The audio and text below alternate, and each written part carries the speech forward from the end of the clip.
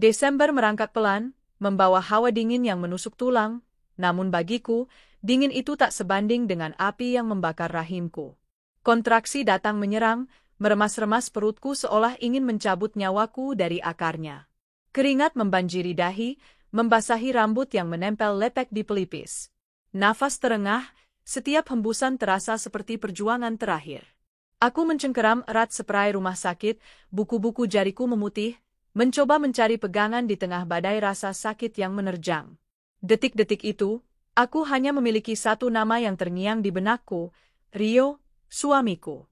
Dan satu harapan, dia akan ada di sisiku, menggenggam tanganku, memberiku kekuatan untuk melahirkan buah cinta kami. Pagi itu, sebelum fajar menyingsing sepenuhnya, saat kontraksi pertamaku datang dengan intensitas yang lebih serius, Rio berjanji akan menjemput kedua orang tuaku dari desa. Tenang saja, sayang. Aku akan segera kembali bersama bapak dan ibu. Kamu kuat, ya?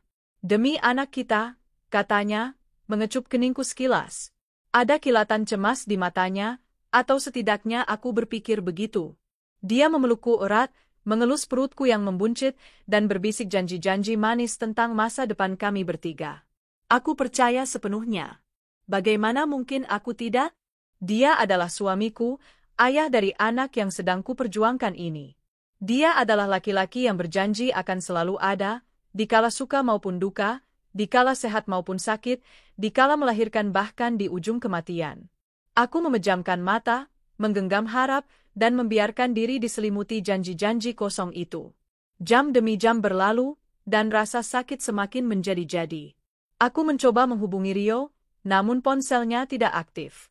Cemas mulai menyelinap di antara rasa sakit. Aku mencoba lagi, dan lagi, tapi hasilnya sama. Hanya nada sambung kosong yang membalas. Perawat bolak-balik memeriksa kondisiku, memberikan kata-kata penyemangat, namun tatapan mereka kadang tersirat iba saat melihatku sendirian. Aku mencoba menepis pikiran buruk, mungkin Rio terjebak macet, atau ponselnya kehabisan baterai. Yah, itu pasti. Dia pasti sedang dalam perjalanan.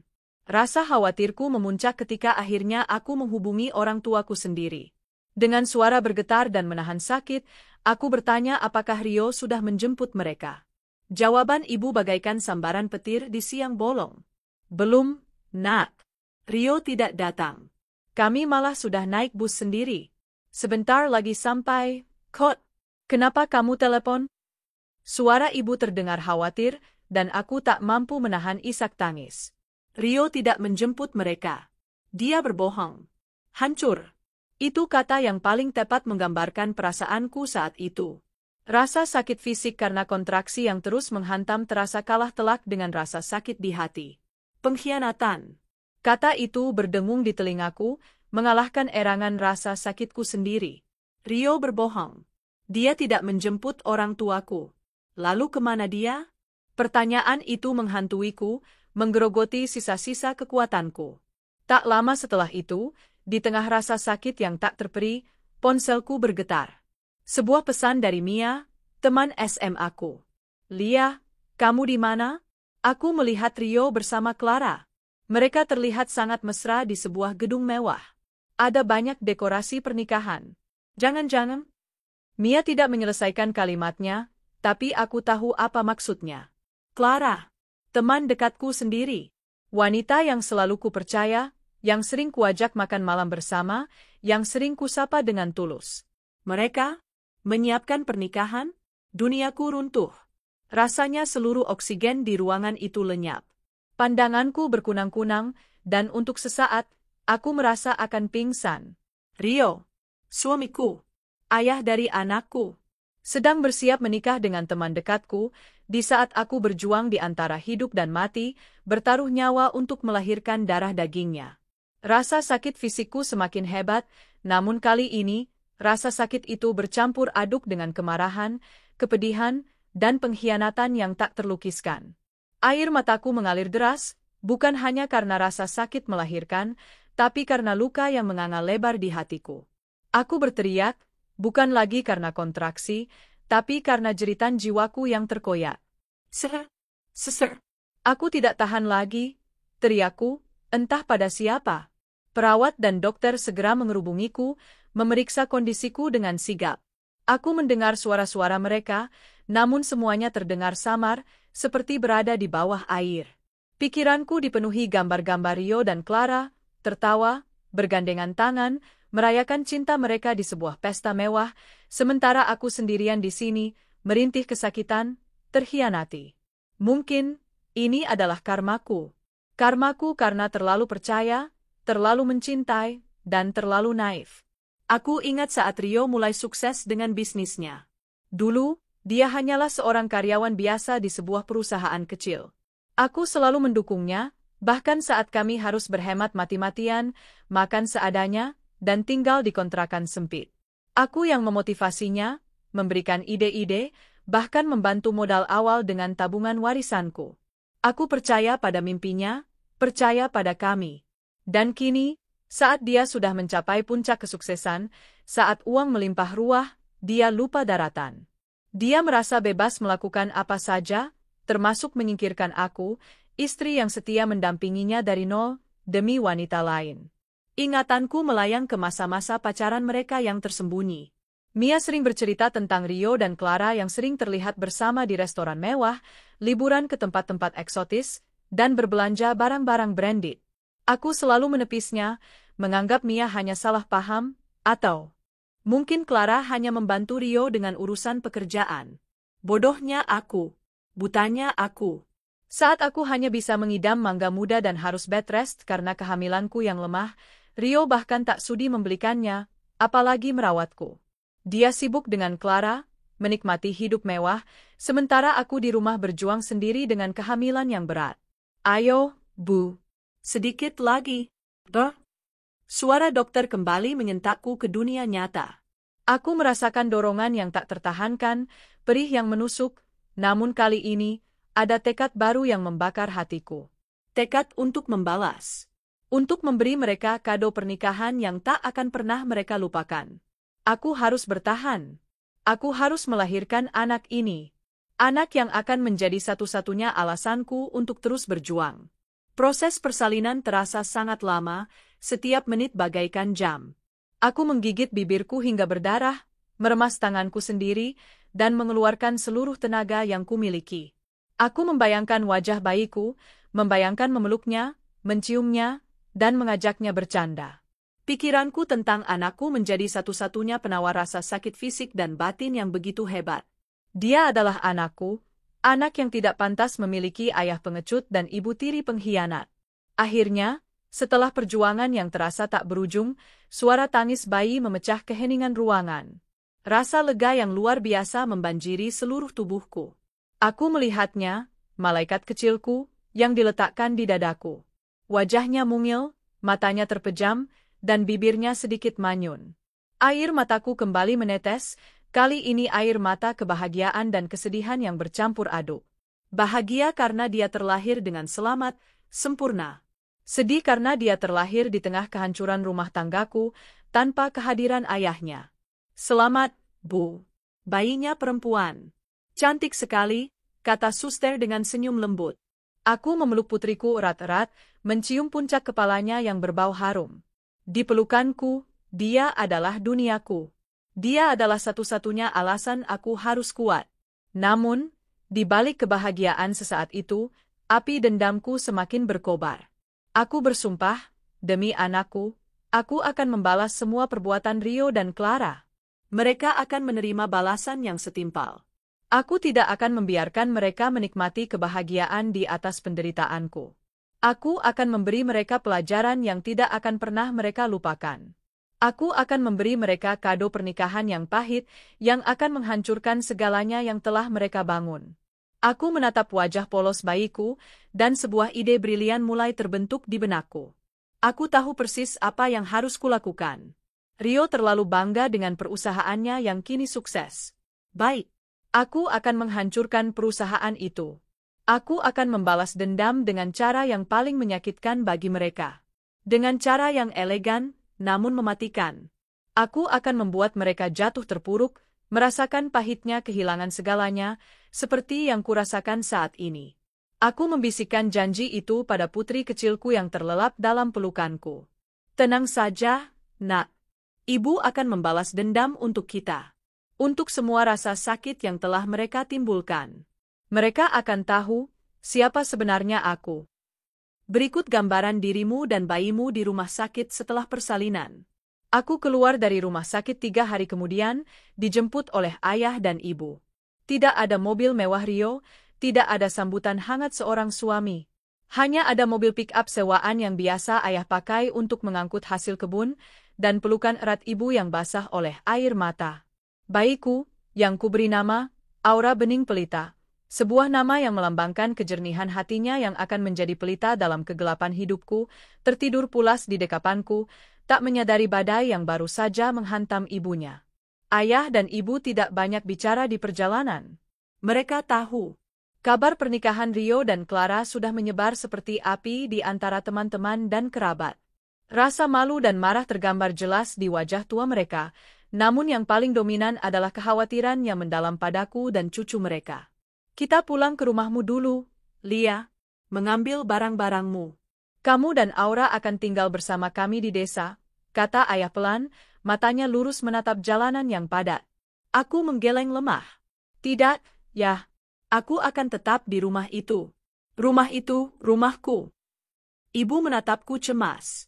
Tapi, Nak, rumah itu atas namaku, Bu, potongku dengan suara serak namun tegas. Rio tidak punya hak atas rumah itu. Dan aku tidak akan lari. Aku akan menghadapi ini. Ada kilatan terkejut di mata kedua orang tuaku, tapi mereka tidak membantah. Mereka tahu, di balik kerapuhanku, ada baja yang sedang ditempa oleh rasa sakit. Rumah kami, rumahku, terasa dingin dan hampa.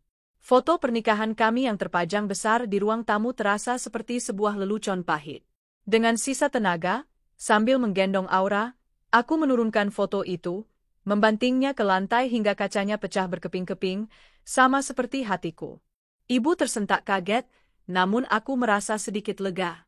Malam-malam pertama di rumah terasa seperti neraka sunyi. Setiap beberapa jam, Aura akan menangis minta susu. Aku akan menyusuinya dengan sabar, air mataku seringkali menetes membasahi pipi mungilnya. Di satu sisi, hatiku dipenuhi cinta yang meluap-luap untuk makhluk kecil tak berdosa ini.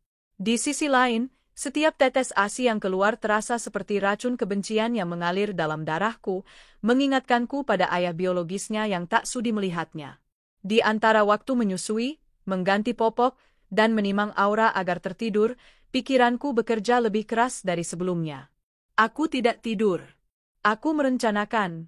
Aku teringat sesuatu. Saat Rio pertama kali merintis usahanya, dia menggunakan seluruh tabungan warisan dari almarhum kakekku sebagai modal utama.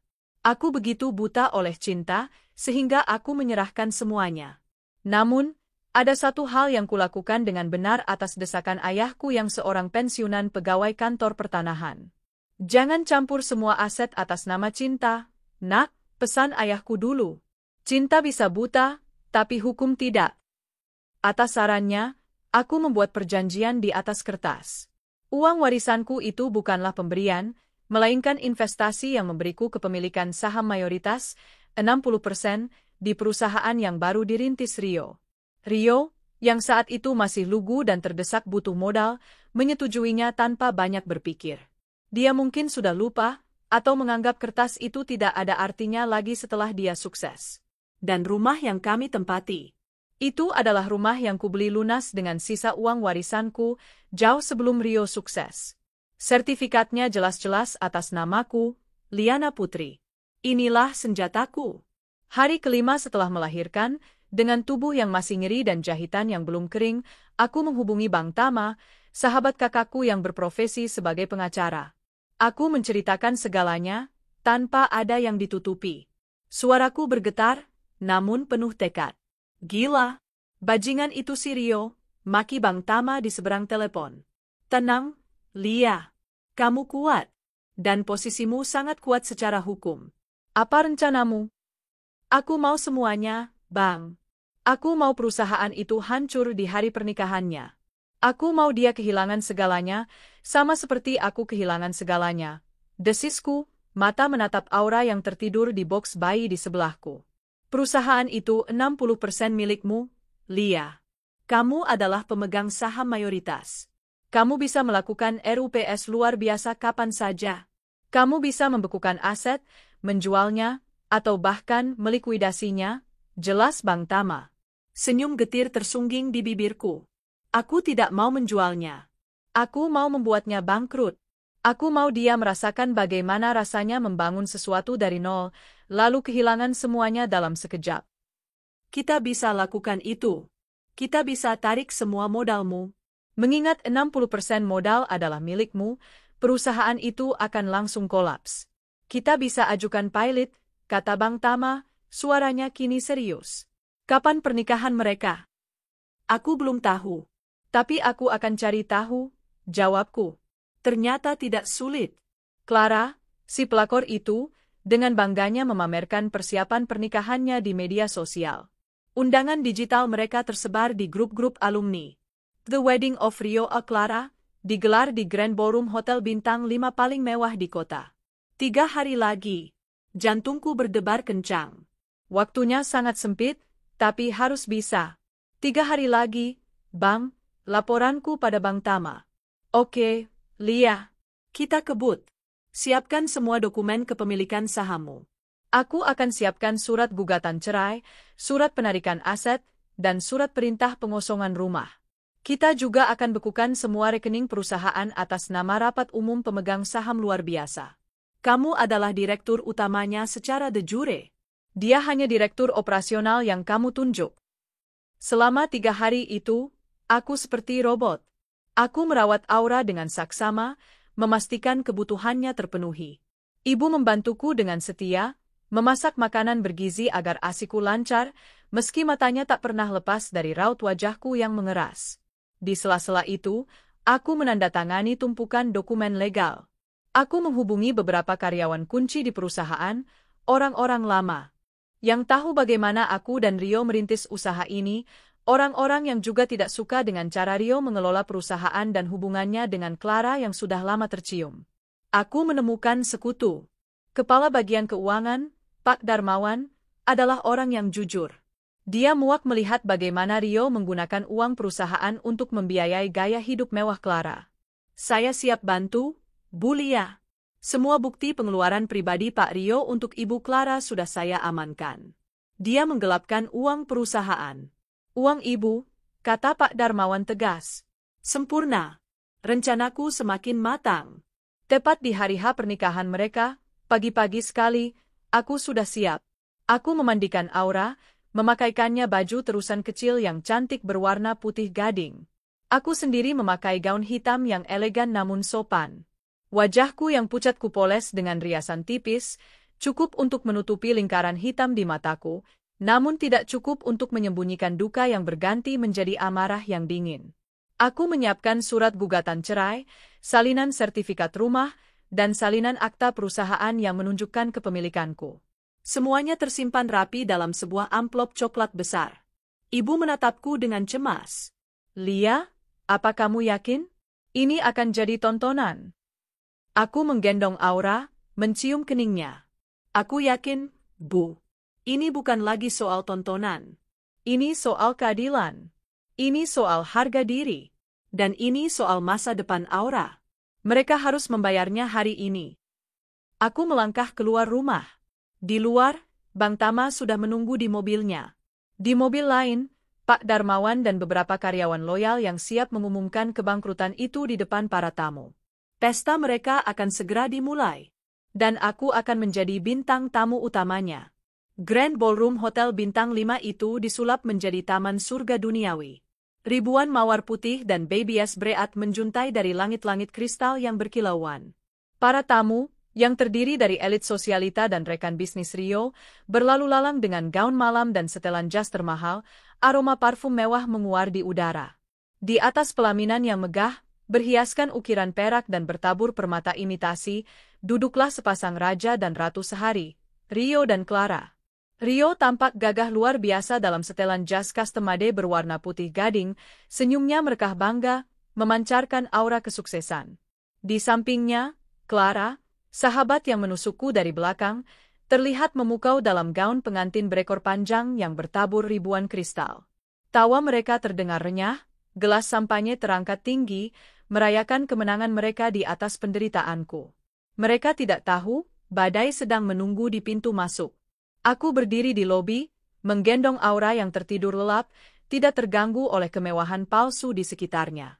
Di sampingku, Bang Tama berdiri tegap dengan tas kerjanya, dan di belakang kami, Pak Darmawan serta 5 orang karyawan senior lainnya menunggu dengan wajah tegang namun penuh tekad. Sudah waktunya, Lia, bisik Bang Tama. Pembawa acara baru saja akan memulai sesi lempar bunga. Aku mengangguk. Jantungku berdebar kencang, bukan karena takut, tapi karena adrenalin. Rasa sakit jahitan pasca melahirkanku seolah lenyap, tergantikan oleh kekuatan dingin yang mengalir di sekujur tubuh. Pak Darmawan, silakan, ujarku pelan. Musik romantis yang lembut tiba-tiba berhenti. Pembawa acara yang sedang tertawa di atas panggung tampak bingung. Lampu sorot tiba-tiba beralih dari pelaminan ke pintu masuk, di mana Pak Darmawan kini berdiri di depan sebuah mikrofon yang telah disiapkan oleh tim Bang Tama yang menyamar sebagai vendor audio. Mohon perhatiannya, bapak-bapak dan ibu-ibu sekalian. Suara Pak Darmawan menggema, tegas dan jelas, membelah kemeriahan pesta. Semua mata tertuju padanya. Rio dan Clara di pelaminan membeku, senyum mereka luntur, berganti dengan kebingungan dan sedikit iritasi karena pesta mereka diinterupsi. Perkenalkan, saya Darmawan, Kepala Keuangan PT Jaya Abadi Sentosa. Lanjutnya, saya di sini, mewakili pemegang saham mayoritas yang sah, untuk menyampaikan sebuah pengumuman penting. Suasana menjadi hening.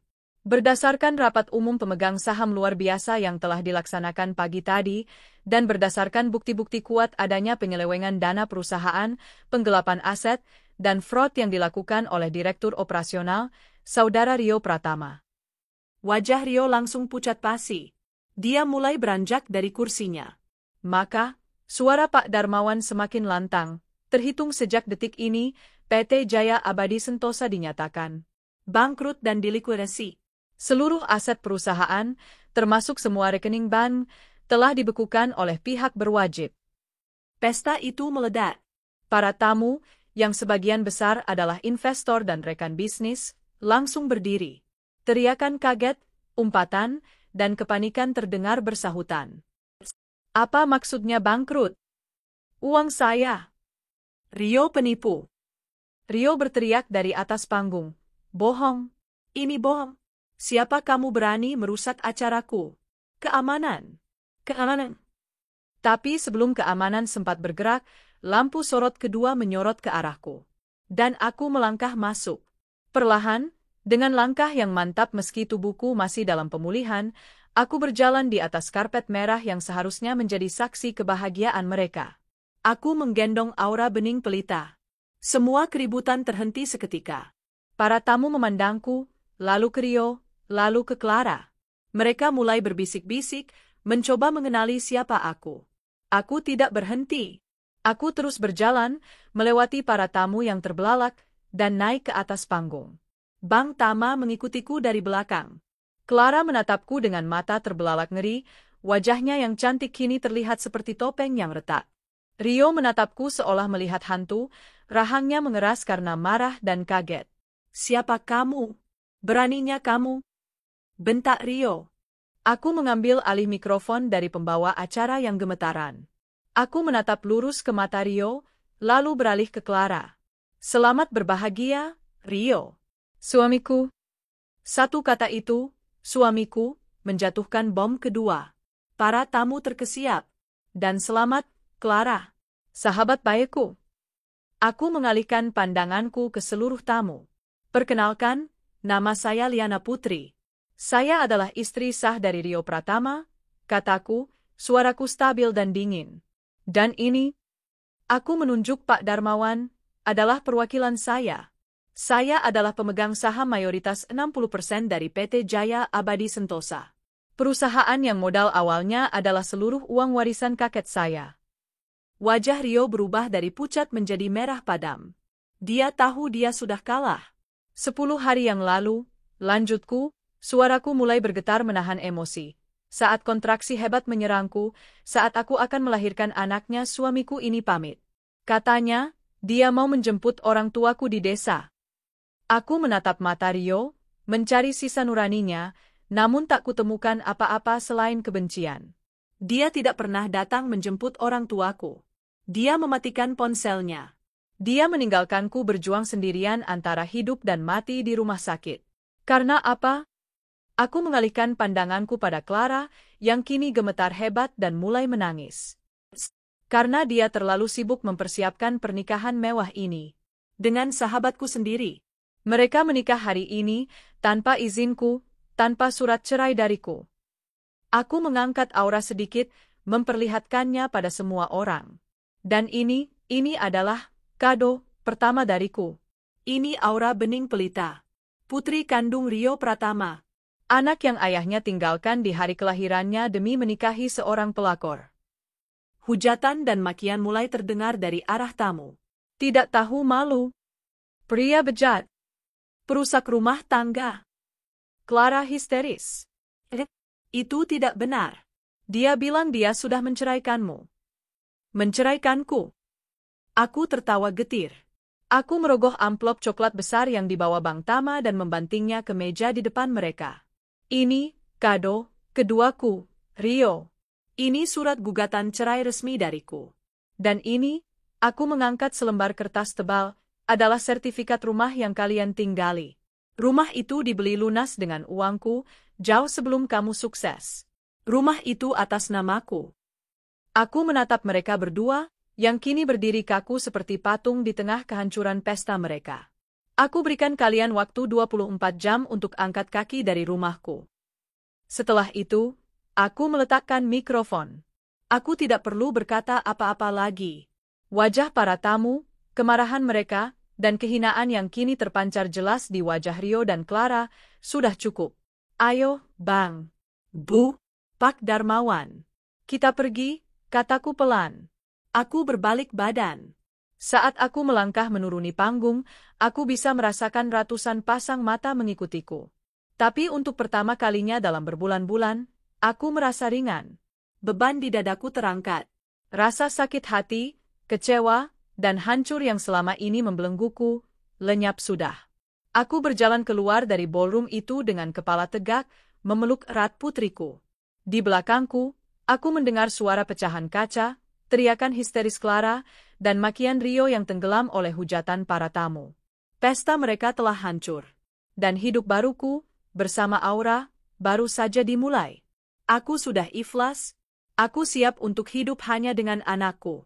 Saat aku melangkah keluar dari pintu kaca ballroom yang tebal itu, udara malam yang dingin langsung menerpa wajahku. Rasanya seperti baru saja keluar dari ruang sauna yang menyesakkan. Di belakangku, suara-suara sumbang itu masih terdengar, jeritan histeris Clara, bentakan marah Rio, dan riuh rendah para tamu yang saling berteriak, entah karena panik, marah, atau sekadar bergosip. Tapi semua itu terasa jauh.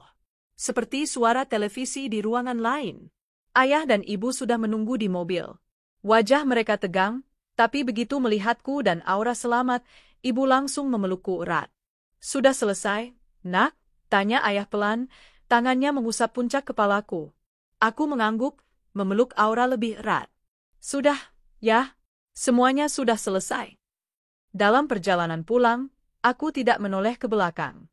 Aku tidak peduli lagi pada pesta yang hancur itu. Yang kupedulikan hanyalah kehangatan napas Aura di leherku dan jalanan di depan yang membawaku menuju kehidupan baru. Perasaan hancur, kecewa, dan sakit hati yang selama ini membebani dadaku, rasanya sudah kutumpahkan semua di panggung tadi. Kini, yang tersisa hanyalah kelegaan. Aku benar-benar sudah mengikhlaskan. Sementara itu, di dalam ballroom, begitu pintu tertutup di belakang Liana, neraka yang sesungguhnya meletus. Para tamu yang tadinya terpesona oleh drama, kini berubah menjadi serigala lapar. Mereka adalah investor, rekan bisnis yang menanamkan uang puluhan, bahkan ratusan juta di perusahaan Rio. Rio, uang saya. Kamu bilang proyek baru akan jalan bulan depan? Teriak seorang pria berkepala pelontos, mencengkeram kerah jas Rio. Penipu.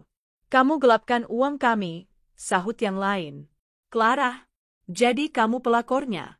Tidak tahu malu. Dulu kamu juga sering pinjam uang padaku, jerit seorang sosialita, mantan teman arisan Clara. Clara, yang masih terduduk di lantai panggung, hanya bisa menangis histeris.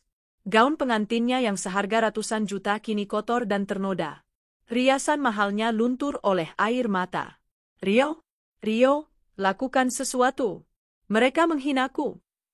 Tapi Rio tidak bisa melakukan apa-apa. Wajahnya pucat pasi. Ponselnya bergetar hebat di dalam saku. Bukan hanya panggilan dari investor yang marah, tapi juga dari bank. Pak Darmawan dan Bank Tama tidak main-main. Seluruh asetnya telah dibekukan atas nama penyelidikan fraud. Kartu kreditnya ditolak. Rekening pribadinya, yang membengkak karena uang perusahaan, kini terkunci rapat. Ini salah paham. Semuanya bohong. Ini fitnah dari istri gila itu. Rio mencoba membela diri, tapi suaranya tenggelam oleh caci maki. Pihak hotel, yang menyadari bahwa down payment pesta ini dibayar dengan cek perusahaan yang kini dibekukan, segera bertindak. Manajer hotel datang dengan beberapa petugas keamanan. Maaf, Pak Rio. Pesta ini harus dihentikan. Dan seluruh biaya harus segera dilunasi, kata manajer itu dengan dingin. Saya akan bayar. Beri saya waktu, bentak Rio. Kami tidak bisa. Silakan selesaikan urusan Anda di luar. Kamar Presidential Suite untuk bulan madu Anda juga terpaksa kami batalkan. Malam itu, Rio dan Clara, Raja dan Ratu Sehari, diusir secara tidak hormat dari Hotel Bintang 5 tempat mereka memamerkan cinta terlarang mereka. Mereka keluar lewat pintu belakang, menghindari wartawan gosip yang entah bagaimana sudah mencium bau berita besar. Mereka tiba di rumah mewah yang selama ini Rio banggakan sebagai istananya. Hujan mulai turun, menambah suram malam pengantin mereka. Sialan! Kenapa kuncinya tidak bisa? Maki Rio, mencoba memasukkan kunci ke lubang pintu. Clara, yang kedinginan dalam gaun pengantinnya yang basah, menunjuk sesuatu yang tertempel di pintu. Sebuah kertas terbungkus plastik. Itu adalah salinan surat perintah pengosongan dari pengadilan, ditempel rapi oleh tim Bank Tama. Di bawahnya, sebuah gembok baru yang besar terpasang di gerbang. Dia benar-benar mengusir kita, Rio, isak Clara, suaranya putus asa. Perempuan licik itu, geram Rio. Saat itu juga, dua mobil derek datang dari ujung jalan. Tanpa banyak bicara, petugas langsung mengaitkan mobil Mercedes-Benz terbaru milik Rio dan sebuah SUV Alphard yang biasa dipakai Clara berbelanja. Maaf, Pak. Ini aset perusahaan yang disita. Dan yang ini, tunggakan cicilannya sudah 3 bulan, kata petugas itu datar, seolah sudah biasa melihat orang kaya jatuh miskin. Rio dan Clara hanya bisa mematung di pinggir jalan, basah kuyup, menyaksikan simbol-simbol kekayaan mereka ditarik paksa dari hadapan mereka. Semua kemewahan yang mereka nikmati selama berpacaran, liburan mewah, belanja tanpa batas, makan malam mahal, koleksi barang branded, semua itu terasa seperti mimpi indah yang berakhir dengan sangat buruk. Dunia mereka yang dulu penuh kebahagiaan palsu, kini hancur lebur. Mereka tidak punya pilihan. Keluarga Clara menolak mengangkat telepon, malu dengan aib yang ditimbulkan. Keluarga Rio di desa, yang bahkan tidak diundang ke pernikahan ini, juga tidak mungkin dihubungi. Satu-satunya tempat yang terlintas di benak Clara adalah rumah kos sempit milik teman lamanya, Rini, di gang sempit di pinggir kota. Rini, yang kaget melihat Clara datang dengan gaun pengantin basah dan wajah hancur, mengizinkan mereka menumpang di kamar kosnya yang berukuran 3x3 meter. Cuma ini yang ada, Clara. Kamar sebelah baru kosong. Tapi ya, seadanya, kata Rini prihatin. Maka, malam pengantin Rio dan Clara dihabiskan di kamar kos sempit, pengap, dengan dinding yang catnya mengelupas. Aroma masakan dari kamar sebelah menusuk hidung. Suara berisik kipas angin tua menjadi satu-satunya musik pengiring mereka. Rio, aku lapar, lirih Clara, memegangi perutnya. Kemewahan pesta tadi terasa sudah ribuan tahun berlalu. Rio, yang sedang duduk di tepi ranjang sempit, melemparkan dompetnya ke lantai. Lapar? Kita bahkan tidak punya uang untuk beli Indomie di warung depan. Kenapa jadi begini? Jerit Clara frustrasi. Kamu bilang kamu hebat. Kamu bilang kamu bisa atasi semuanya. Kamu bilang dia wanita bodoh yang tidak akan berani melawan. Diam kamu, bentak Rio, matanya merah padam. Ini semua karena kamu. Kalau kamu tidak memaksaku mengadakan pesta semewah ini. Kalau kamu mau bersabar sedikit lagi. Semua ini tidak akan terjadi. Jadi kamu menyalahkanku. Kamu yang membohongiku, Rio. Kamu bilang kamu sudah menceraikannya. Kamu pembohong. Mereka bertengkar hebat, saling menyalahkan, saling memaki. Cinta yang mereka agung-agungkan, yang dibangun di atas pengkhianatan dan kemewahan, kini luntur tak bersisa saat dihadapkan pada kenyataan pahit. Mereka miskin. Masa-masa pengantin baru mereka dimulai seperti di neraka. Paginya, Clara terbangun karena silau matahari yang menyorot dari jendela tanpa gorden. Tubuhnya sakit semua karena tidur di kasur kapuk yang tipis. Dia melihat Rio yang masih tertidur dengan setelan jas pengantinnya yang kusut. Di luar, terdengar riuh ibu-ibu kos yang sedang mengantre di kamar mandi umum. Clara ingin menangis.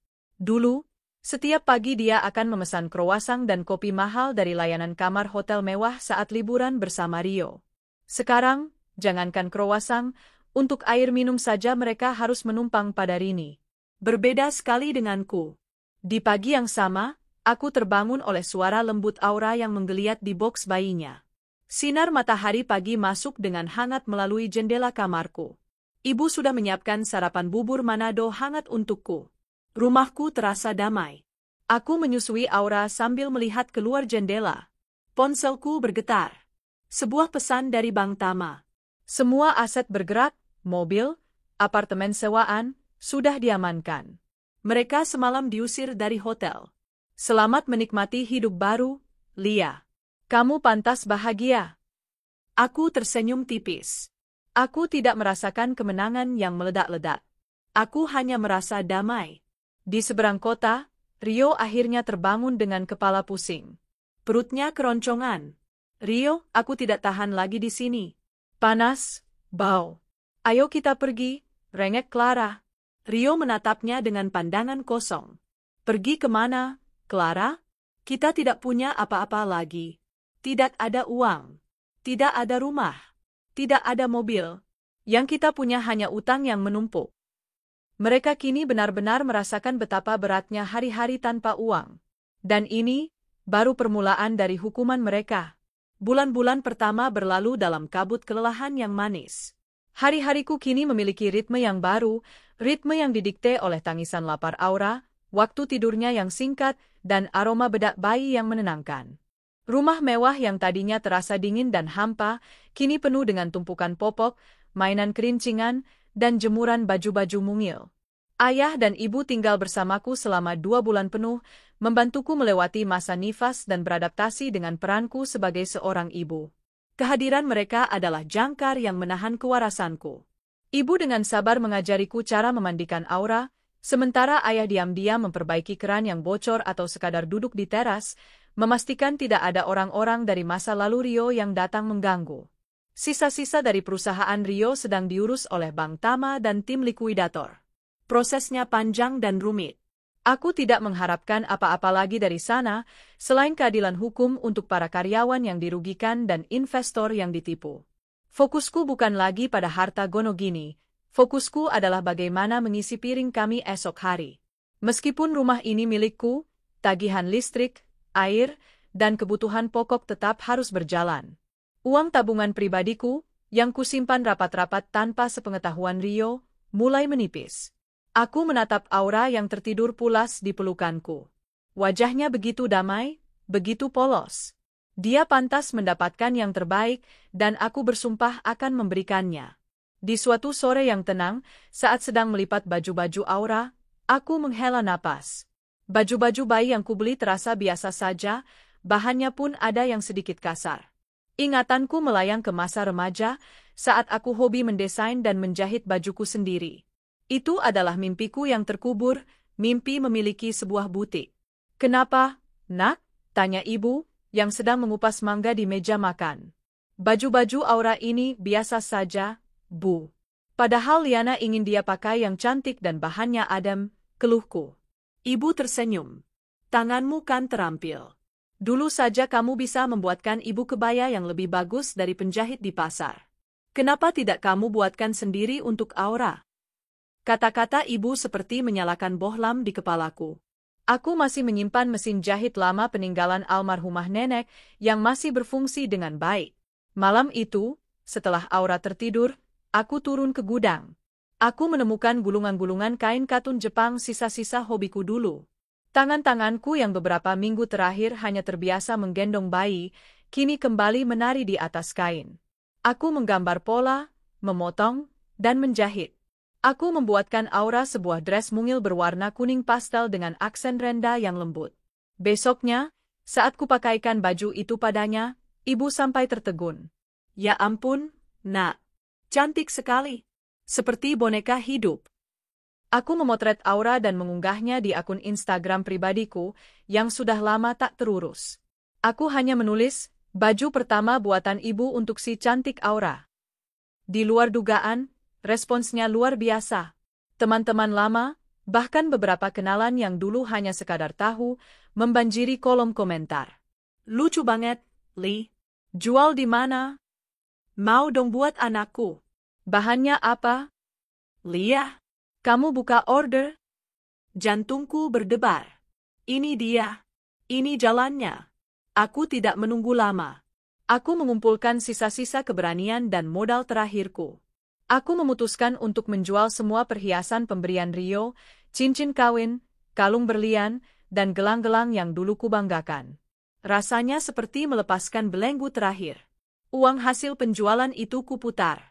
Aku membeli kain berkualitas tinggi dalam jumlah besar, benang, kancing, dan perlengkapan jahit lainnya. Aku mengubah salah satu kamar tamu di lantai bawah menjadi studio mini. Ayah membantuku membuatkan meja potong yang besar, dan ibu membantuku mengurus Aura saat aku harus fokus menjahit. Aku meluncurkan sebuah merek kecil melalui Instagram, Pelita Butik. Diambil dari nama tengah putriku. Filosofinya sederhana, pakaian yang menjadi pelita kenyamanan dan kebahagiaan bagi si kecil. Aku bekerja seperti orang gila. Siang hari aku adalah ibu penuh waktu untuk Aura. Malam hari, setelah Aura tertidur, aku berubah menjadi desainer, penjahit, admin media sosial, dan petugas packing. Seringkali aku baru tidur jam 3 pagi, hanya untuk terbangun lagi jam 5 pagi oleh tangisan Aura. Tubuhku lelah luar biasa, mataku perih, punggungku sakit. Tapi hatiku hidup. Untuk pertama kalinya, aku merasa memiliki tujuan yang murni milikku sendiri. Pesanan pertama datang. Lalu 5. Lalu 20. Pelita Butik mulai dikenal dari mulut ke mulut di antara komunitas para ibu. Mereka menyukai desainku yang simpel namun elegan, dan yang terpenting, bahan kainku yang sangat lembut dan aman untuk kulit bayi sensitif. 6 bulan berlalu. Aku sudah memiliki 2 karyawan, tetangga dekatku yang pandai menjahit, untuk membantuku memenuhi pesanan yang membludak. Ruang tamu rumahku kini berubah menjadi area workshop dan packing yang sibuk. Aku tidak lagi hanya menjual baju bayi, tapi mulai merambah ke baju ibu dan anak yang serasi. Di sisi lain kota, sementara istanaku mulai terbangun, neraka Rio dan Clara semakin dalam. Mereka terusir dari kos Rini setelah 3 bulan karena tidak sanggup membayar. Rio, dengan reputasinya yang hancur lebur dan namanya yang masuk daftar hitam di kalangan bisnis, tidak bisa mendapatkan pekerjaan kantoran. Ijazah S1-nya tidak laku. Terakhir terdengar kabar, dia menjadi sopir ojek online, sering mangkal di bawah jembatan layang, wajahnya tertutup helm dan masker, malu dikenali. Clara, kehidupannya lebih tragis. Wajah cantiknya yang dulu terawat kini kusam dan lelah. Tanpa uang Rio, dia bukan siapa-siapa. Teman-teman sosialitanya menjauhinya seperti wabah penyakit. Dia mencoba bekerja sebagai SPG di mall, namun tidak bertahan lama karena tidak terbiasa berdiri berjam-jam dan dimarahi atasan. Mereka kini tinggal di sebuah kontrakan petak di bantaran kali, berukuran lebih kecil dari kamar mandi di rumahku dulu. Pertengkaran menjadi menu sehari-hari. Bukan lagi soal cinta atau gairah, tapi soal siapa yang harus membeli beras hari ini, atau siapa yang menghabiskan sisa sabun mandi. Suatu sore, saat aku sedang mengantar paket besar ke jasa ekspedisi, mobilku, sebuah mobil city car bekas yang kubeli tunai dari hasil butikku, berhenti di lampu merah. Di seberang jalan, aku melihatnya. Rio, Dengan jaket ojek online hijaunya yang kusam, sedang duduk di atas motornya, menunduk lesu. Di sampingnya, Clara turun dari motor, rambutnya lepek, menenteng kantong kresek berisi sayuran yang sepertinya baru dibeli dari pasar becek. Mereka tampak seperti dua orang asing yang terjebak dalam nasib yang sama. Clara tidak sengaja menoleh ke arah mobilku. Mata kami bertemu sepersekian detik. Aku melihat keterkejutan, rasa malu, iri, dan kebencian di matanya. Dia buru-buru membuang muka, menarik-narik lengan jaket Rio agar cepat pergi. Aku tidak merasakan apa-apa. Tidak ada amarah, tidak ada dendam, tidak ada kepuasan. Yang ada hanya rasa kasihan sekilas, yang langsung lenyap. Mereka bukan lagi urusanku. Lampu berubah hijau. Aku menginjak gas, melaju meninggalkan mereka dalam debu jalanan, kembali ke rumahku, ke putriku, dan ke pelita butikku yang sedang bersinar terang. Aku tidak peduli lagi pada mereka. Aku sedang sibuk membangun masa depanku sendiri. 3 tahun berlalu. Waktu telah menjadi penyembuh sekaligus pupuk bagi kehidupanku. Aura bening pelita kini telah tumbuh menjadi gadis kecil yang cerdas, lincah, dan penuh tawa. Dia adalah matahariku, alasan di balik setiap tetes keringat dan jam-jam panjang yang kuhabiskan untuk membangun mimpiku. Pelita butik bukan lagi sekadar toko online rumahan yang dikelola dari ruang tamu. Hari ini adalah hari besar. Setelah bekerja keras menabung, memutar modal, dan belajar bisnis dari nol, aku akhirnya meresmikan butik fisik pertamaku. Bukan butik biasa. Aku menyewa sebuah ruko di kawasan komersial yang sedang naik daun, mengubahnya menjadi sebuah istana kecil bagi para ibu dan anak. Dindingnya dicat warna peach yang lembut, rak-rak kayu minimalis memajang koleksi terbaruku, dan di sudut ruangan, terdapat area bermain kecil yang aman untuk anak-anak sementara ibu mereka berbelanja. Peresmian butik ini sederhana namun ramai. Aku mengundang para blogger ibu dan anak, pelanggan setia, dan tentu saja, ayah, ibu, dan Bang Tama. Aura berlarian kecil dengan gembira, mengenakan dress kembar denganku, desain terbaru dari koleksi pelita, yang langsung menjadi pusat perhatian. Saya tidak menyangka, Lia. Dari mesin jahit tua di gudang, sekarang jadi begini, bisik ibu haru, matanya berkaca-kaca. Aku tersenyum, memeluknya. Berkat doa ibu dan ayah. Aku berdiri di depan para tamu, memegang mikrofon dengan tangan yang sedikit gemetar, bukan karena gugup, tapi karena luapan emosi. Selamat siang, dan terima kasih banyak sudah hadir, sapaku. Suaraku terdengar jelas. 3 tahun lalu, saya memulai pelita butik di kamar tidur saya, dengan satu mesin jahit dan satu inspirasi terbesar saya. Aku menatap Aura, yang sedang tertawa di pelukan ayah. Putri saya, Aura bening pelita. Pelita butik bukan hanya soal baju. Ini adalah janji saya pada diri sendiri, bahwa dari titik tergelap sekalipun, seorang ibu bisa bangkit dan menciptakan pelitanya sendiri. Butik ini untuk putri saya, dan untuk semua ibu hebat di luar sana yang berjuang setiap hari. Selamat menikmati. Tepuk tangan meriah membahana. Para tamu mulai melihat-lihat koleksi, memesan minuman, dan berbincang. Aku merasa di puncak dunia. Aku berhasil. Aku membangun istanaku sendiri, batu bata demi batu bata, dengan tanganku sendiri. Di tengah keriuhan itu, pintu butik yang terbuka tiba-tiba senyap. Aliran udara dingin masuk, bersamaan dengan dua sosok yang tak kuundang. Rio dan Clara. Waktu seolah berhenti. Musik pelan yang mengalun tiba-tiba terasa memekakkan telinga. Para tamu yang menyadari perubahan suasana, menoleh ke arah pintu. Itulah satu-satunya kata yang bisa menggambarkannya. Rio terlihat 10 tahun lebih tua. Tubuhnya kurus, rambutnya acak-acakan, dan ia masih mengenakan jaket ojek online yang sama kusamnya seperti yang kulihat bertahun lalu. Matanya menatapku dengan campuran rasa iri, putus asa, dan lapar. Clara, yang berdiri di belakangnya, lebih menyedihkan. Wajah cantiknya yang dulu terawat kini kusam, penuh garis-garis kelelahan. Pakaiannya lusuh dan terlihat kebesaran di tubuhnya yang sangat kurus. Dia tidak lagi memiliki aura sosialita, yang ada hanya aura kepahitan. Wah, hebat sekali, Liana, desis Clara, melangkah masuk. Suaranya serak dan penuh kedengkian. Sudah jadi orang kaya sekarang, ya? Pesta lagi? Lupa sama kami. Ayahku langsung berdiri, wajahnya mengeras. Mau apa kalian kesini? Pergi. Rio mengangkat tangannya, mencoba menenangkan. Pak, sebentar. Kami cuma mau bicara sama Liana. Dia menatapku, matanya berkunang-kunang. Lia, selamat, ya? Butikmu bagus. Aku hanya diam, memandangnya tanpa ekspresi. Aura, yang merasakan ketegangan, berlari dan memeluk kakiku, bersembunyi di balik gaunku. Melihat Aura, mata Rio berkilat.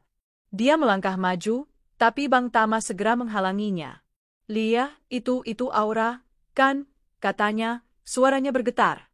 Dia anakku, Lia. Anakku. Aku akhirnya bicara. Suaraku dingin dan mantap. Dia anakku. Hanya anakku. Rio mengatupkan kedua tangannya.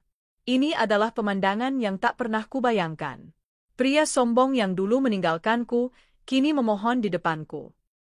Kami kesusahan, Lia. Sudah 3 hari kami tidak makan benar. Kontrakan kami disegel. Kami butuh uang. Tolong demi Aura, demi anak kita. Para tamu mulai berbisik. Ini adalah drama yang lebih seru dari sinetron manapun. Anakmu, teriak Clara tiba-tiba, menunjuk Rio. Kamu bilang kamu kesini cuma mau minta maaf. Sekarang kamu ngemis-ngemis pakai nama anak itu. Diam kamu, Clara. Ini semua gara-gara kamu, balas Rio, tak kalah keras. Mereka mulai bertengkar di depan pintu butikku, di hari peresmianku. Cukup, Satpam, panggilku dengan suara lantang. 2 petugas keamanan yang kusewa untuk acara ini segera mendekat. Lia, jangan. Rio mencoba meraihku, tapi dihalangi Satpam.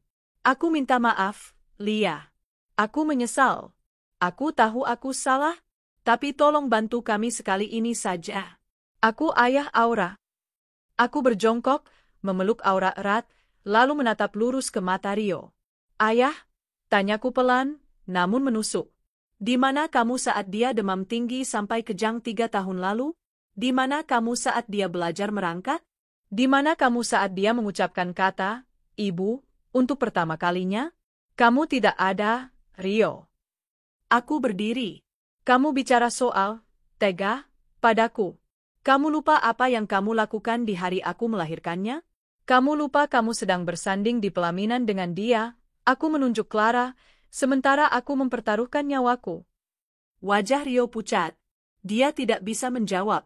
Penderitaan kalian adalah pilihan kalian sendiri. Kalian memilih berkhianat, kalian memilih hidup foya-foya dengan uang haram. Dan sekarang, kalian harus menanggung akibatnya. Aku memberi isyarat pada Satpam. Tolong, antar mereka keluar. Pesta saya terganggu. Liana, kamu jahat. Kamu pendendam, jerit Clara saat diseret keluar. Tidak, jawabku tenang. Aku tidak dendam. Aku hanya sudah tidak peduli. Pergi. Dan jangan pernah, sekali lagi, kalian sebut nama putriku dengan mulut kotor kalian. Pintu ditutup. Suasana di dalam butik hening sejenak, sebelum akhirnya Bang Tama bertepuk tangan. Luar biasa, Lia. Tepuk tangan itu disusul oleh tepuk tangan para tamu lainnya. Mereka menatapku dengan kagum. Aku kembali mengambil mikrofon. Maaf atas drama barusan, bapak-bapak, ibu-ibu, kataku sambil tersenyum tipis, menggendong Aura. Seperti yang saya bilang, hidup selalu memberi kita pilihan. Dan saya memilih untuk terus maju. Aku mencium puncak kepala Aura. Pesta yang sesungguhnya baru saja dimulai. Silakan dinikmati. Musik kembali mengalun. Para tamu kembali berbincang, kini dengan lebih bersemangat. Mereka baru saja menyaksikan akhir yang sesungguhnya dari sebuah pengkhianatan. Pelita itu tidak hanya bersinar, dia bersinar sangat terang hingga kegelapan dari masa lalu tak mampu lagi menyentuhnya. 4 tahun berlalu sejak hari peresmian butik pertamaku yang penuh drama itu. Hidup telah menemukan ritmenya yang indah. Pelita butik bukan lagi sekadar satu ruko. Atas saran Bang Tama dan beberapa investor baru yang percaya padaku, bukan pada rayuan, Tapi pada laporan keuangan yang solid, aku mengubahnya menjadi perseroan terbatas. Kini, Pelita memiliki 5 cabang di 4 kota besar dan sebuah workshop utama di pinggir kota yang mempekerjakan lebih dari 100 perajin lokal. Kebanyakan dari mereka adalah ibu-ibu rumah tangga. Aku bukan lagi Liana yang menangis di ruang bersalin. Aku adalah Liana Putri, CEO dan pendiri Pelita Group, seorang pembicara yang sering diundang di seminar-seminar Women Empowerment, dan yang terpenting, seorang ibu. Pagi itu, aku sedang sibuk menguncir rambut Aura yang kini sudah berusia 7 tahun. Dia mengenakan seragam SD-nya yang rapi, tampak begitu cantik dan cerdas. Ibu, nanti siang jadikan kita ke toko buku? Aura mau beli buku cerita baru, celotehnya sambil memakai sepatu. Tentu saja, sayang. Setelah ibu selesai rapat dengan tim desainer, ibu jemput kamu di sekolah, ya, kataku, mencium keningnya. Mengantar Aura ke sekolah menjadi rutinitas pagiku yang paling kusukai. Kami bernyanyi bersama di dalam mobil yang jauh lebih baik dari city car bekasku dulu, namun kubeli dengan uangku sendiri, lunas. Setelah mengantar Aura, aku menuju kantor pusat, Pelita. Ruangan kantorku di lantai atas memiliki jendela kaca besar yang menghadap ke taman. Saat aku sedang meninjau desain koleksi musim semi, ponselku berdering. Nama, Bang Tama, muncul di layar. Aku sudah jarang menghubunginya untuk urusan hukum pribadi, kini dia adalah pengacara tetap perusahaanku. Halo, Bang. Ada apa? Dokumen franchise-nya sudah beres, sapaku. Sudah, Lia. Beres? Jawabnya di seberang. Ada jeda sejenak. Tapi, aku telepon bukan soal itu. Ini soal masa lalumu. Jantungku berdebar sepersekian detik. Sebuah refleks lama. Tapi kemudian, aku tenang. Ada apa? Rio, katanya pelan. Dia tertangkap polisi semalam. Aku terdiam, menunggu kelanjutannya. Bukan kasus besar, tapi memalukan. Dia menggelapkan uang koperasi di tempatnya bekerja sekarang. Dia jadi admin gudang di sebuah pabrik tekstil. Uang yang digelapkan tidak banyak, mungkin hanya cukup untuk membayar cicilan motor bututnya. Tapi pemilik koperasi itu temanku, dia minta kasusnya diurus. Lalu, tanyaku datar. Dia di penjara sekarang, Lia. Menunggu sidang. Dia memohon padaku untuk menghubungimu. Minta uang jaminan. Aku memutar kursiku, menatap taman di luar jendela. Hijau dan damai. Aku teringat hari di mana aku berjuang melahirkannya sendirian. Aku teringat tatapan matanya yang penuh caci maki saat aku menghancurkan pestanya. Dan aku teringat tatapannya yang penuh permohonan saat dia mengemis di depan butikku. Lia, kamu masih di sana? Masih, Bang, jawabku pelan. Tolong sampaikan padanya, aku tidak punya urusan lagi dengannya. Hukum harus ditegakkan. Aku sudah menduga kamu akan bilang begitu, kata Bang Tama, terdengar lega. Oh, satu lagi. Kamu tahu, Clara? Aku tidak tahu, dan tidak ingin tahu, jawabku cepat. Sebaiknya begitu. Tapi intinya, mereka sudah lama berpisah. Clara meninggalkannya begitu Rio tidak bisa lagi memberinya uang. Kabar terakhir yang aku dengar, dia terlilit utang pinjaman online yang sangat besar. Dia kembali ke desanya, tapi sepertinya tidak diterima keluarganya. Nasibnya tidak lebih baik dari Rio. Aku menghela napas panjang. Bukan napas sedih atau puas, tapi napas lega. Terima kasih informasinya, Bang. Tapi, lembaran itu sudah benar-benar kututup. Tolong jangan kabari aku lagi soal mereka. Apapun itu. Siap, Bu CEO. Selamat bekerja. Aku menutup telepon. Aku tidak merasakan apa-apa. Tidak ada lonjakan kemenangan. Tidak ada sisa kebencian. Tidak ada rasa kasihan. Hanya apa? Mereka telah menjadi catatan kaki yang tidak penting dalam buku kehidupanku yang tebal. Mereka telah menerima apa yang mereka tabur. Pria yang dulu kupuja setinggi langit, kini menjadi pesakitan karena kasus penggelapan klasteri. Wanita yang dulu kusebut sahabat, kini hancur oleh keserakahannya sendiri. Aku kembali menatap papan desain di depanku. Koleksi musim semi. Penuh warna-warna cerah. Kuning mentari, biru langit, merah muda bunga sakura. Itulah duniaku sekarang. Sore harinya, aku menepati janjiku. Aku menjemput Aura di sekolah dan kami pergi ke toko buku terbesar di mall. Dia berlarian di antara rak-rak, tertawa riang, memilih 2 buku cerita dan 1 buku mewarnai. Saat kami sedang membayar di kasir, aku melihatnya sekilas di eskalator yang berlawanan arah. Seorang wanita dengan rambut kusam, pakaian yang terlalu ketat dan murah, dan riasan tebal yang gagal menutupi kelelahannya. Dia sedang bergelayut manja pada seorang pria tua berperut buncit. Itu Clara. Mata kami bertemu sepersekian detik. Aku melihat keterkejutan yang luar biasa di matanya. Dia melihatku, Liana, yang berdiri tegak, berpakaian elegan, menggandeng seorang putri kecil yang cantik. Dia melihat semua yang seharusnya dia miliki jika dia tidak berkhianat. Wajahnya langsung pucat pasi. Dia buru-buru memalingkan wajah, menarik pria tua itu pergi. Aku hanya tersenyum tipis. Ibu lihat apa? Tanya Aura, mendongak menatapku. Aku berjongkok, merapikan poninya. Enggak ada, sayang. Ibu cuma lihat betapa beruntungnya ibu punya kamu.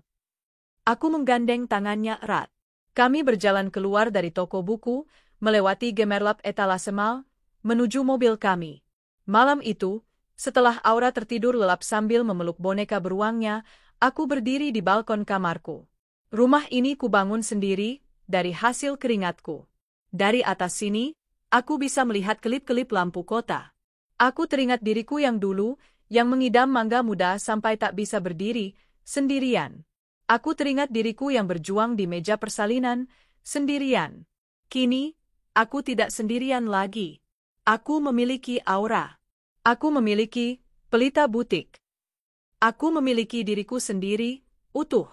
Aku tidak lagi hidup dalam bayang-bayang pengkhianatan mereka. Aku adalah pelita itu sendiri. Dan pelitaku bersinar terang, bukan untuk membakar masa lalu, tapi untuk menerangi masa depanku dan putriku. Aku sudah benar-benar ikhlas. Dan aku benar-benar bahagia. 10 tahun kemudian, langit Jakarta sore itu berwarna lembayung, warna yang sama dengan gaun sutra yang dikenakan Liana. Ia berdiri di balkon penthouse-nya, yang kini merangkap sebagai kantor pusat Pelita Group International. Dari lantai 40, Jakarta terhampar di bawahnya, lautan cahaya yang berkelip-kelip. 10 tahun lalu, ia melihat kelip lampu kota dari balkon rumahnya yang penuh luka. Kini, ia melihatnya sebagai pemilik dari sebagian cahaya itu. Pelita telah melampaui impian terliarnya. Dari 5 cabang, kini ia memiliki 78 butik di seluruh Asia Tenggara dan Timur Tengah. Ia bukan lagi sekadar penjual baju bayi, ia adalah ikon modest fashion dan pemberdayaan perempuan. Workshop yang dulu hanya diisi 100 ibu rumah tangga, kini telah menjadi pabrik garmen modern yang etis, mempekerjakan ribuan wanita, dengan fasilitas penitipan anak dan program beasiswa.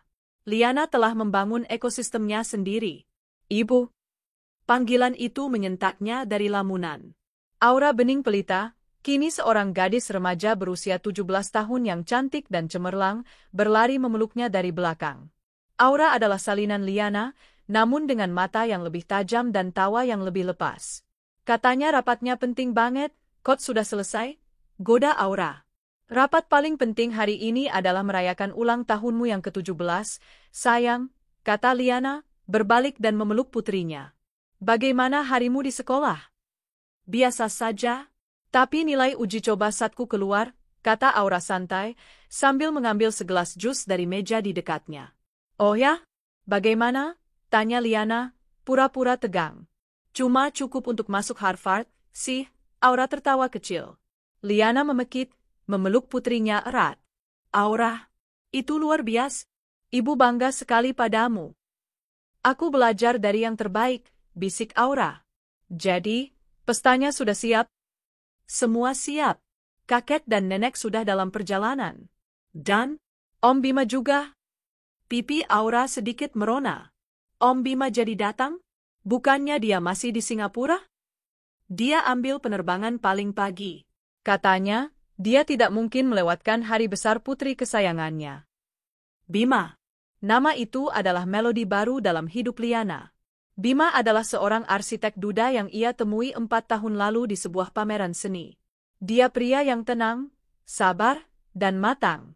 Dia tidak terintimidasi oleh kesuksesan Liana, dia justru mengagumi fondasi yang dibangunnya.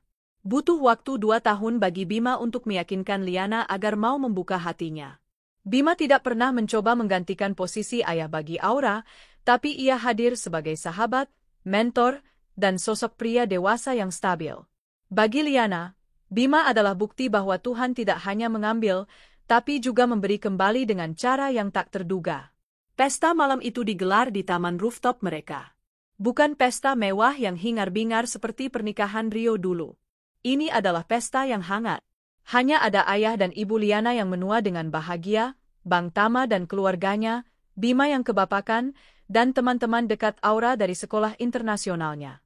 Saat Aura meniup 17 lilin di kuenya, ia menatap ibunya. "Satu permohonan," kata Aura, suaranya jernih. "Aku tidak meminta apa-apa untuk diriku sendiri. Aku hanya ingin ibu tahu, semua yang aku capai, semua kebahagiaan ini, adalah karena ibu. Terima kasih sudah menjadi pelita terbaik dalam hidupku, Bu." Liana tak bisa menahan air matanya.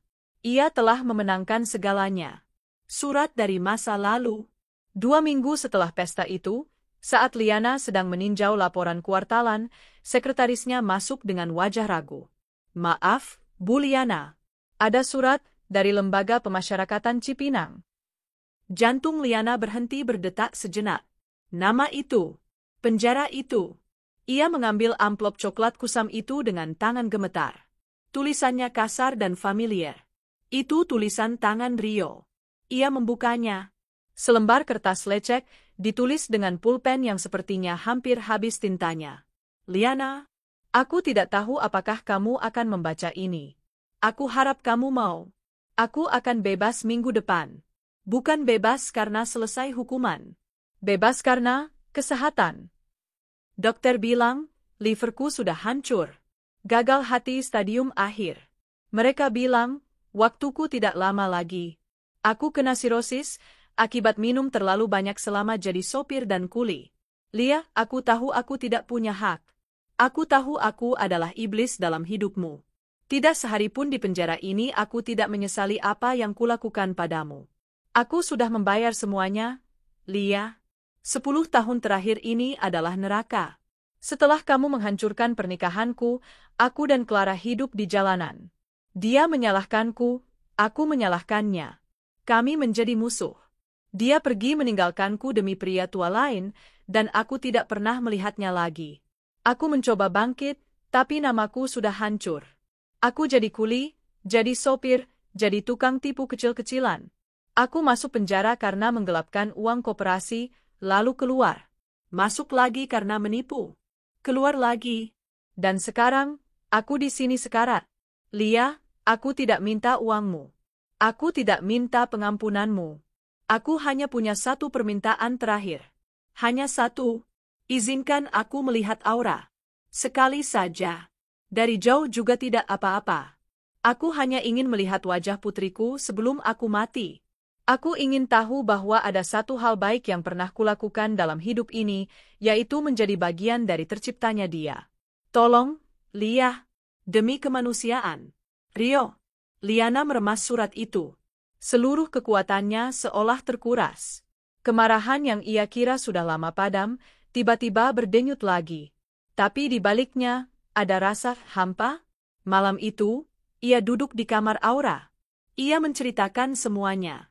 Ia tidak pernah menyembunyikan kebenaran tentang ayahnya, meski ia menceritakannya dengan bahasa yang sehalus mungkin seiring Aura tumbuh dewasa. Jadi, dia sekarat? Tanya Aura pelan, menatap keluar jendela. Itu yang dia katakan, jawab Liana. Dia ingin menemuiku. Ya. Tapi kamu tidak harus, sayang. Kamu tidak berutang apapun padanya. Ibu tidak akan marah apapun keputusanmu. Aura terdiam lama. Liana bisa melihat pergulatan batin di mata putrinya. Dulu, Aura memulai, suaranya pelan. Waktu aku umur 9 tahun, teman-temanku mengejekku karena aku tidak punya ayah. Aku marah sekali. Aku benci dia. Waktu aku umur 12, aku penasaran. Seperti apa wajahnya? Apakah suaranya sepertiku?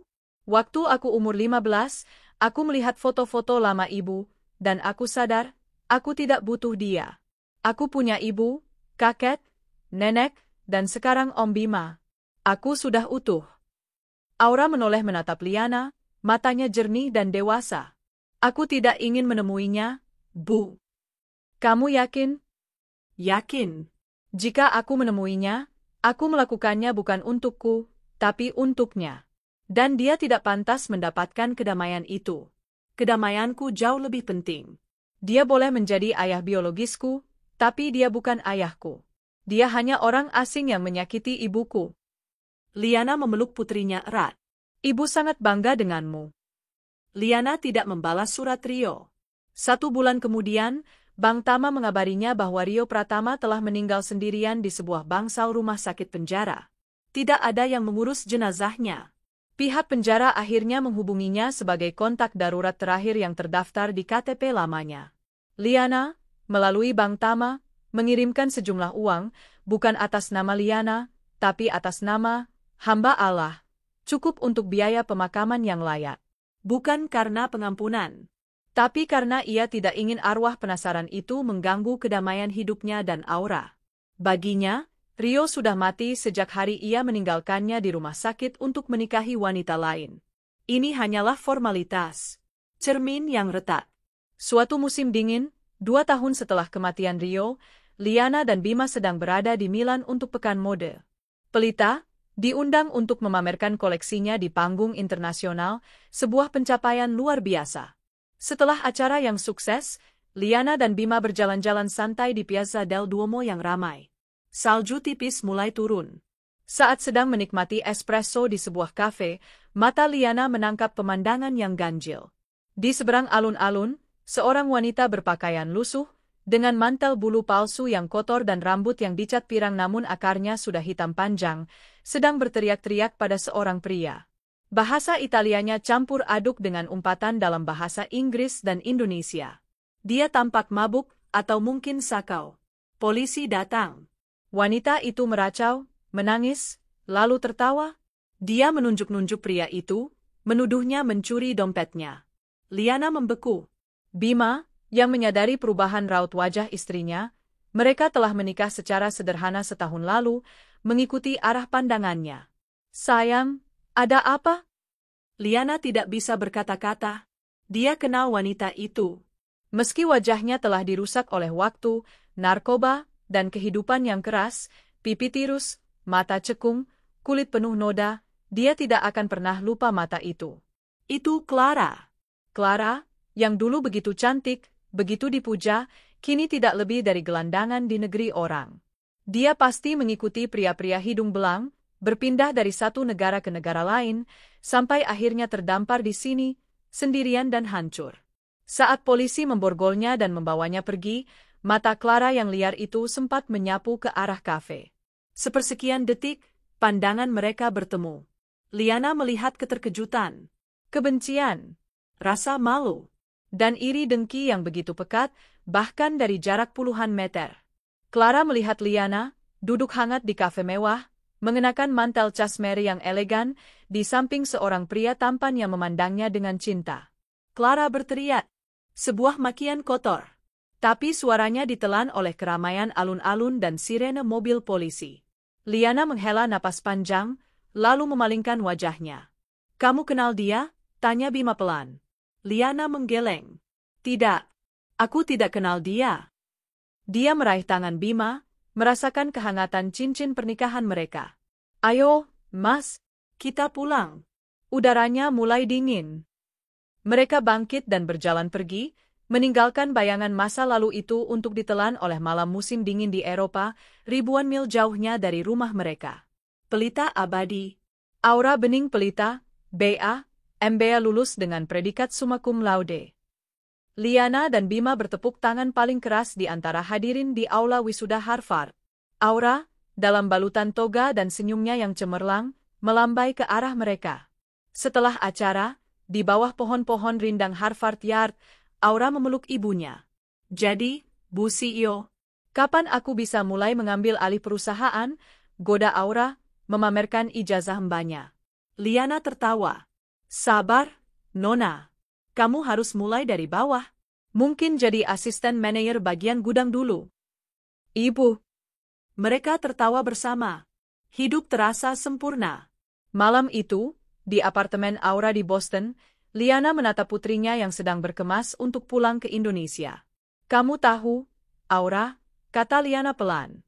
Dulu, ibu membangun Pelita karena kemarahan. Karena dendam. Ibu ingin membuktikan pada dunia, pada ayahmu, bahwa ibu bisa. Ibu berhasil, kata Aura lembut. Ya. Tapi di tengah jalan, alasannya berubah. Ibu tidak lagi peduli padanya. Ibu melanjutkannya, untukmu. Agar kamu tidak pernah bergantung pada siapapun. Agar kamu punya fondasi yang kokoh. Liana meraih tangan putrinya. Dan sekarang, ibu melanjutkannya karena ibu mencintai apa yang ibu lakukan. Ibu suka melihat wanita-wanita lain bisa mandiri karena bekerja di Pelita. Dan sekarang, giliranku, kata Aura, matanya bersinar. Aku akan membantu ibu. Bukan hanya membangun bisnis, tapi membangun lebih banyak pelita untuk orang lain. Liana memandang putrinya. Dia bukan lagi bayi merah yang menangis di ruang bersalin. Dia adalah seorang wanita muda yang kuat, cerdas, dan penuh kasih. Segalanya yang Liana perjuangkan. Malam itu, Liana tidur di kamar tamu, memeluk Bima. Ia merasa utuh. Pembalasan dendamnya telah selesai bertahun-tahun lalu, saat ia menghancurkan pernikahan Rio. Namun, kemenangan sejatinya bukanlah itu. Kemenangan sejatinya adalah setiap pagi ia bangun di samping pria yang mencintainya dengan tulus. Kemenangan sejatinya adalah melihat putrinya tumbuh menjadi pribadi yang lebih baik darinya.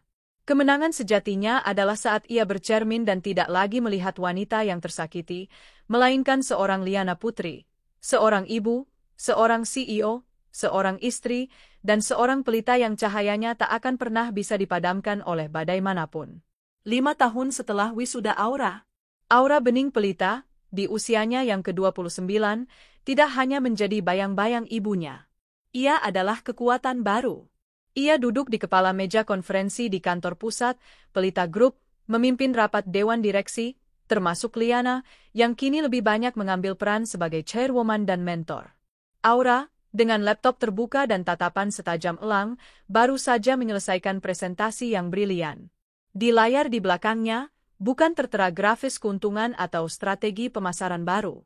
Yang tertera adalah logo, Yayasan Pelita Bangsa. Jadi, Aura menyimpulkan, suaranya tenang namun penuh otoritas, investasi kita di bisnis telah solid. Tapi warisan, legacy, kita baru akan dimulai. Pelita, tidak hanya dibangun di atas kain dan benang, tapi di atas ketahanan seorang wanita. Ia menatap ibunya sekilas, sebuah tatapan penuh cinta dan pengertian yang hanya mereka berdua pahami. Yayasan Pelita Bangsa, lanjutnya, akan fokus pada 2 pilar. Pertama, beasiswa Aura, untuk anak-anak perempuan cerdas yang dibesarkan oleh ibu tunggal.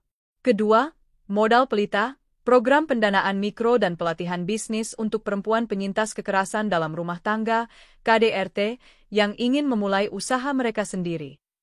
Ruangan itu hening. Para direktur menatap Liana, menunggu responsnya. Liana tidak sedang melihat angka di proposal. Ia sedang melihat wajahnya sendiri 24 tahun yang lalu, hancur, sendirian, namun penuh tekad. Aura tidak hanya melanjutkan bisnisnya, Aura telah mengabadikan perjuangannya. Putrinya telah memahami rasa sakit terdalamnya dan mengubahnya menjadi misi untuk menyembuhkan ribuan wanita lain. Liana mengangguk, air mata haru menggenang di pelupuknya. Disetujui. Tentu saja, disetujui. Aura, ibu serahkan kepemimpinan yayasan ini sepenuhnya padamu. Tepuk tangan memenuhi ruangan. Liana telah resmi menyerahkan obor itu. Dan Aura, ia tidak hanya menerimanya, ia membuatnya bersinar lebih terang. Satu panggilan telepon terakhir. Kehidupan Liana kini dipenuhi kedamaian yang tak pernah ia bayangkan. Ia dan Bima telah menjadi pasangan yang tak terpisahkan. Mereka membagi waktu antara mengawasi yayasan, berkeliling dunia, dan sekadar menikmati teh sore hari di taman rumah mereka. Suatu sore di musim hujan, Saat Liana dan Bima sedang merencanakan perjalanan mereka ke Kyoto untuk melihat bunga sakura, ponselnya berdering. Nama, Bang Tama, muncul. Halo, Bang. Tumben? Ada apa? Sapa Liana. Suara Bang Tama di seberang terdengar berat. Lia, ini soal masa lalu. Yang paling akhir. Liana duduk tegak. Maksudmu? Clara. Satu nama itu. Nama yang sudah puluhan tahun tidak ia dengar. Nama yang terakhir ia lihat sebagai gelandangan putus asa di Milan. Dia meninggal, Lia. 3 hari yang lalu. Liana memejamkan matanya. Bima, melihat perubahan raut wajah istrinya, segera menggenggam tangannya. Bagaimana? Bisik Liana. Overdosis. Di sebuah penjara di Marseille, Prancis. Dia ditangkap karena pencurian dan kepemilikan obat-obatan. Dia sudah keluar masuk penjara di Eropa selama 5 tahun terakhir. Hidupnya sangat kacau. Bang Tama menghela napas. Pihak Interpol menghubungi kepolisian sini untuk mencari kerabat. Tentu saja, keluarganya di desa menolak jenazahnya. Entah bagaimana, dalam investigasi catatan lama, namamu dan Rio muncul sebagai kontak terkait dari kasus perceraian dulu. Mereka bertanya padaku, sebagai pengacaramu. Hening. Liana hanya mendengar suara rintik hujan di kaca jendela. Rio sudah pergi. Dan kini, Clara menyusul. Kedua orang yang telah mengkhianatinya dengan kejam, kini telah tiada. Keduanya mati dalam kesendirian, kehinaan, dan jauh dari kata damai. Lia, mereka bertanya apa jenazahnya mau diurus oleh pihak terkait di Indonesia? Jika tidak, dia akan dikremasi secara massal oleh negara di sana. Liana teringat saat ia membayar pemakaman Rio.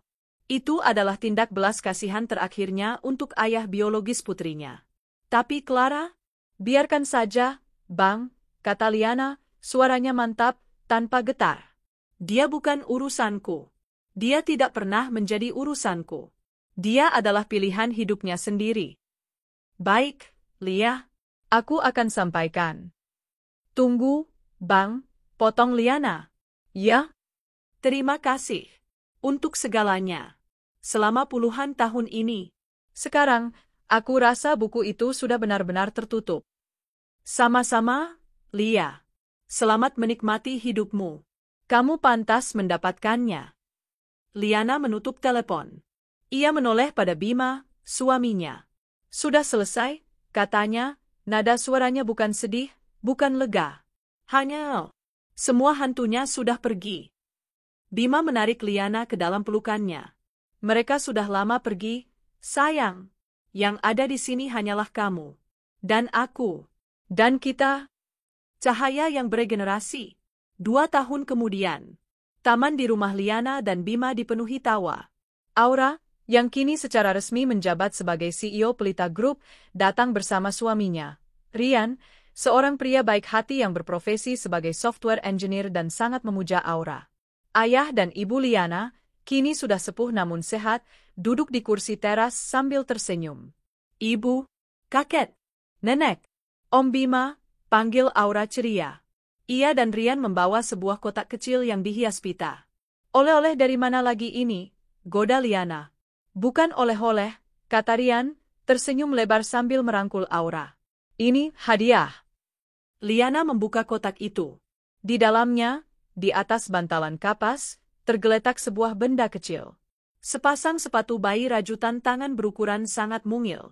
Liana terdiam. Jantungnya seakan berhenti berdetak. Ia menatap Aura. Aura mengangguk, air matanya berlinang bahagia. Ibu akan jadi nenek. Pekikan bahagia meledak. Ayah dan ibu Liana menangis haru. Bima memeluk Liana dan Aura sekaligus. Liana sendiri tertawa sambil menangis, memeluk sepatu mungil itu erat-erat. Malam itu, setelah semua pulang, Liana berdiri sendirian di balkon kamarnya, memandangi langit yang sama seperti puluhan tahun lalu.